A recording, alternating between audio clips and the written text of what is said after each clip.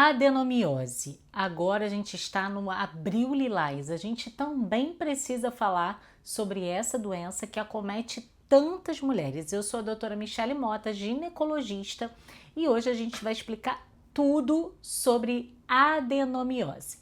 Primeiro, qual a diferença de adenomiose e endometriose?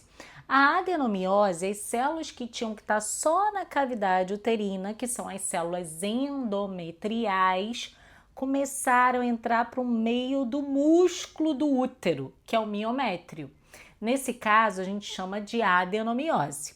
Já a endometriose, essas mesmas células que tinham que estar na cavidade uterina, elas aparecem fora do útero. Então, nos ligamentos útero-sacro, perto do intestino, no ovário. Aí, nesse caso, fora do útero, a gente chama de endometriose.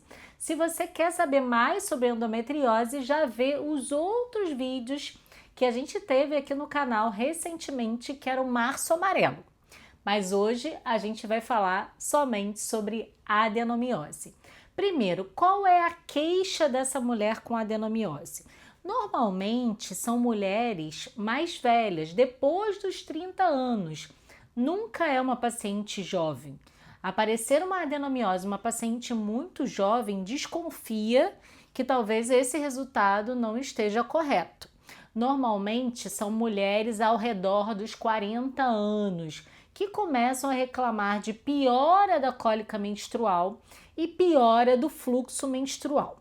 Claro que algumas mulheres que têm endometriose desde a adolescência, quando chega nessa fase 40 a mais, pode também aparecer a adenomiose. Então, ela vai ter as duas coisas, endometriose e adenomiose. Isso não é tão raro de acontecer. Acontece até com uma certa frequência. Essa mulher não sangrava tanto, começa a ter piora do sangramento, a gente já começa a desconfiar.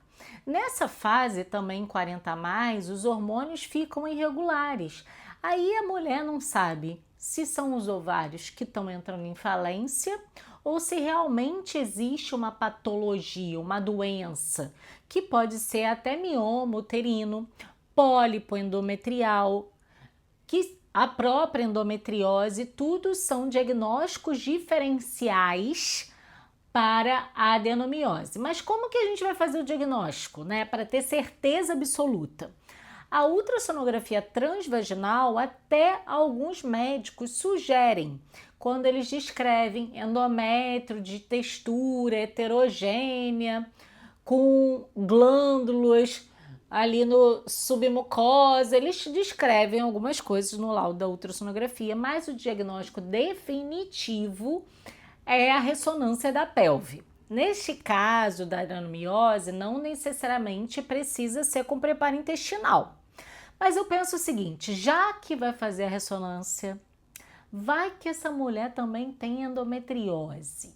Então é muito mais interessante a gente fazer o exame completo já, até para descartar a endometriose concomitante. Então a ressonância nuclear magnética da pelve com preparo intestinal. Porque se tiver endometriose ali também, além da adenomiose, essa paciente vai ter o diagnóstico, né, feito. E não vai ficar procrastinando ou de repente vai fazer uma cirurgia e de repente chega lá, tem endometriose profunda, cirurgia muito mais complexa do que o cirurgião estava esperando. Então, sempre antes de qualquer cirurgia, é importante mapear para descartar a possibilidade de endometriose, já que não é qualquer cirurgião que sabe fazer a cirurgia de endometriose de forma correta, retirando todos os focos de endometriose. Porque ela vai achar, não, eu tenho adenomiose, então eu vou só tirar o útero. Mas vá que tem endometriose também. Se deixar foco de endometriose na cirurgia, a paciente vai continuar com dor. Vai ter que continuar tratando a endometriose. Por isso é importante ter certeza que não tem endometriose nessa mulher que já tem um diagnóstico de adenomiose. Ah, Michele, e quais são os possíveis tratamentos para adenomiose? A adenomiose vai me impedir de engravidar? Não necessariamente. Pode trazer uma certa dificuldade, mas existem muitas mulheres com adenomiose que engravidam naturalmente. Outras acabam tendo que ir para uma fertilização in vitro. É o famoso cada caso é um caso, a gente não tem como saber, não tem como dar certeza até você tentar engravidar com seu parceiro. Agora, os tratamentos são muito semelhantes à endometriose. Então, eu bloqueio hormonal, que pode ser feito com pílula anticoncepcional mesmo, principalmente se essa mulher deseja a contracepção. Então, além de controlar essa hemorragia que ela tem todo mês, ela também vai ter de contrapartida a contracepção. Então pode ser pílula combinada, né, com etileno estradiol com progesterona, ou pode ser uma pílula só com progesterona. A drospirenona, o desogestrel, o Dianogest, que você já sabe que eu não gosto muito, né? Porque o Dianogest acaba afetando muito a parte mental, emocional, trazendo ansiedade, depressão. Então eu não sou muito fã do Dianogest. Mas o grande tratamento da adenomiose, assim, a indicação real oficial é o DIU Mirena, que é o DIU hormonal, o DIU com progesterona. Não adianta o dilcailina para essa doença que sangra tanto, porque o dilcailina, a dose de hormônio é menor, então provavelmente não vai dar conta do sangramento. O objetivo final é suspender o sangramento. Só que a adenomiose é uma doença altamente sangrativa. Essa mulher usa vários hormônios e mesmo assim não tem sucesso. E aí, muitas vezes, a gente tem que associar hormônios. E isso faz até parte com uma certa frequência da minha prática clínica. Como, por exemplo, usar o Diumirena e associar também a gestrinona, que pode ser na via implante, pode ser a via vaginal, pode ser a via oral, porque no final das contas o que a gente quer? Qualidade de vida e suspender a menstruação da paciente. Tem algumas mulheres que acabam botando o Implanon. O Implanon já é um contraceptivo que normalmente fica tendo escape, aquele sangramento, aquele sangramento, aquele sangramento. Mas se a paciente já tiver com Implanon, pode, da mesma forma, Implanon mais gestrinona é uma tática para cessar a menstruação. Ah, Michele, e a gestrinona pura na adenomiose? Também pode? Também pode. Assim como na endometriose, a gente pode optar pela gestrinona para o tratamento da adenomiose, porque a gestrinona é um hormônio para doenças ginecológicas. Então, como a adenomiose é uma doença ginecológica, a gente pode usar a gestrinona. Pela via vaginal, 3 vezes na semana, a dose variando de 2,5 até 5 miligramas, 3 vezes na semana. A gente pode usar pela via oral e pode usar pela melhor via, que é o implante hormonal. Mas eu nunca sugiro o implante de cara, né? A gestrinona é um hormônio muito interessante, mas que pode trazer efeitos colaterais ruins, como acne, queda de cabelo, crescimento de pelo. Tem os outros efeitos que são mais desejados, né? Melhor do libido, da disposição, mais disposição para fazer musculação, e isso é muito legal da gestrinona.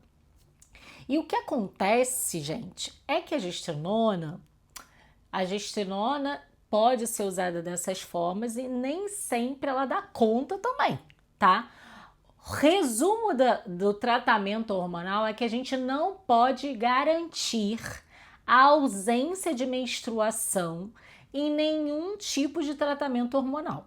Apesar de ser o nosso objetivo, a gente não tem como dar 100% de certeza da paciente.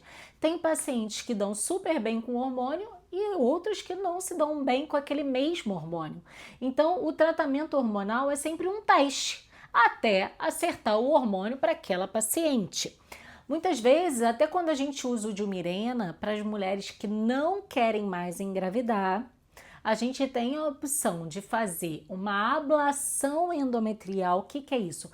raspar todo o endométrio por histeroscopia, que é uma microcâmera, é uma cirurgia, né? A gente bota uma alcinha e sai cortando o endométrio, tirando os pedacinhos do endométrio e bota o Mirena depois com o objetivo de postergar, né? Prolongar ao máximo esse sangramento. É uma forma da gente não ir para o tratamento definitivo. E qual é esse tratamento definitivo? Se é uma doença uterina, o tratamento definitivo é a retirada do útero, que é a histerectomia. Mas nenhuma paciente que ainda deseja engravidar pode aceitar uma histerectomia.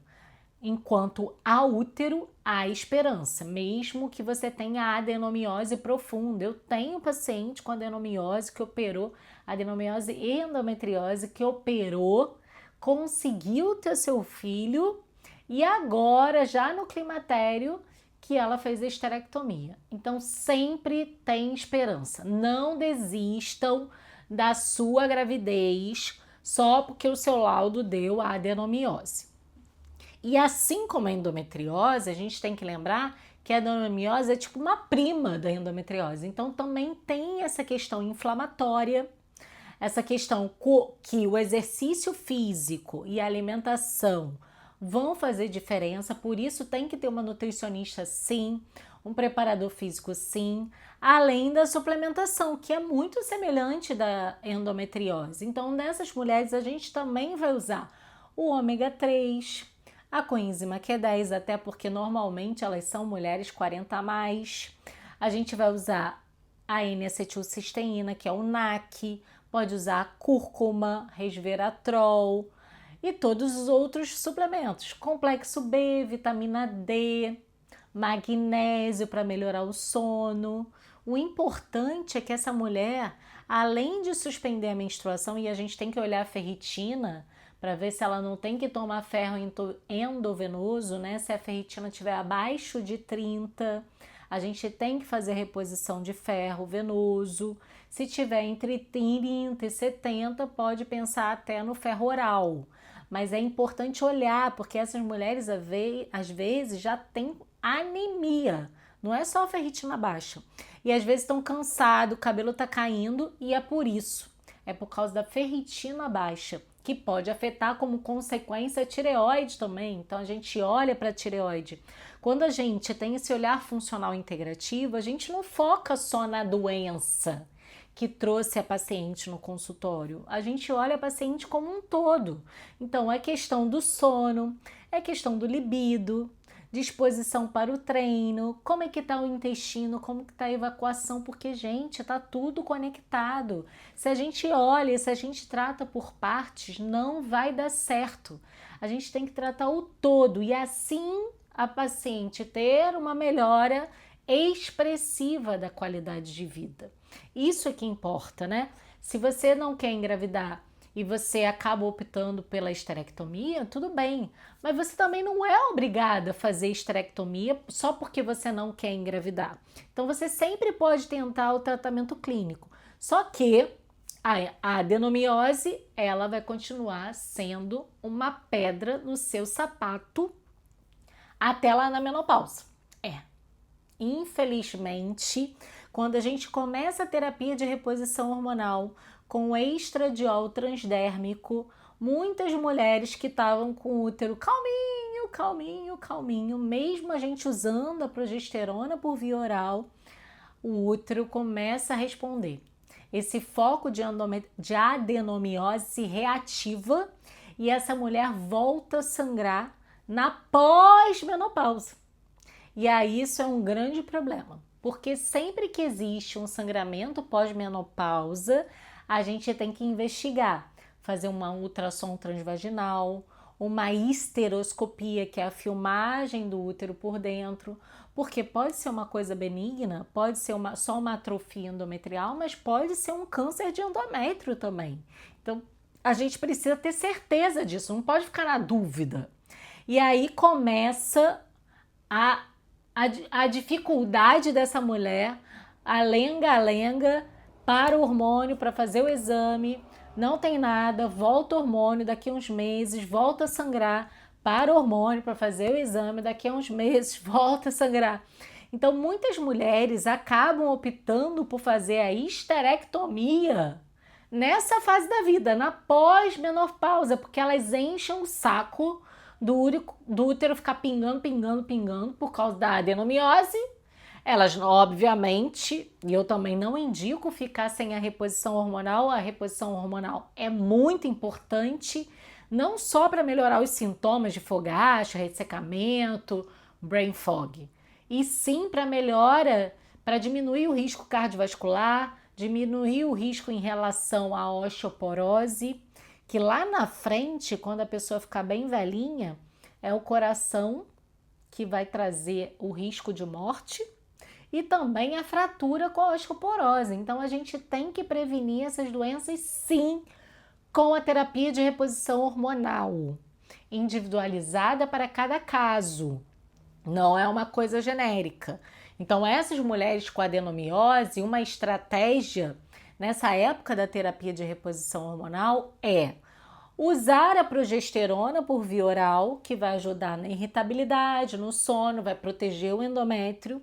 Usar o estradiol na dose mais baixa possível para a melhora dos sintomas e muitas vezes associar a gestrinona para contrabalançar ainda mais esse estradiol para que essa mulher não sangre na pós-menopausa. A outra estratégia, essa mulher está com o Dilmirena, a gente bota a gestrinona também para contrabalançar esse sangramento e dá uma dose bem baixinha de estradiol pela pele e a progesterona por via oral. Ou a gente pode fazer a via do implante hormonal.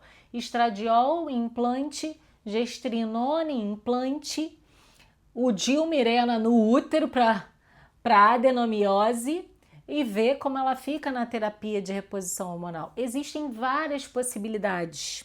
Não existe uma receita de bolo, mas o importante é você lembrar que lá na menopausa a adenomiose também pode trazer uma dor de cabeça.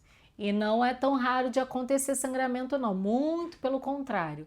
É bem frequente esse sangramento da adenomiose na pós-menopausa.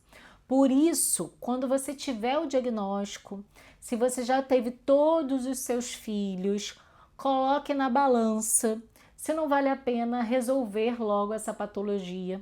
Porque lá na frente, na terapia de reposição hormonal, se você não tiver mais útero, a terapia vai ser muito mais simples. Mas não quer dizer que vai sair tirando o útero à toa. A histerectomia tem que ter uma patologia, tem que ter uma doença no útero, no caso a adenomiose, para justificar essa cirurgia. Não é para sair, né? Eu não quero pensar lá na frente sobre a terapia de reposição hormonal, não quero ter problema, vou tirar logo o útero. Não. Até porque nenhum convênio vai autorizar esse tipo de internação, né? Porque quando a gente pensa em cirurgia, a gente tem que pensar nos riscos cirúrgicos também. Não é uma coisa banal, é uma coisa importante que você tem que procurar um cirurgião habilitado, como eu falei, se tiver endometriose, mais ainda, porque vai tirar o útero e tem que tirar os focos de endometriose, para lá na frente, na terapia de reposição hormonal, esses focos não reativarem, que é um risco também. Por isso que todas as doenças merecem atenção especial, mas não adianta focar também só na doença, tem que focar na paciente como um todo, na melhora da qualidade de vida por um todo, não só especificamente no controle daquela doença, porque as doenças estão todas interligadas e, como eu falei, não é raro uma doença estar acontecendo junto com outra doença. Por isso que eu sempre estou fazendo vídeo por aqui para orientar vocês, esclarecer e, claro, sempre vai ter vídeo novo, toda semana tem um vídeo novo, então não se esquece de inscrever no canal, de compartilhar esse vídeo. Se você conhece alguém que tem adenomiose, esse vídeo pode ser a virada de chave para ela tomar uma decisão importante na vida dela. E claro, curte o vídeo. E até o próximo vídeo. Espero você!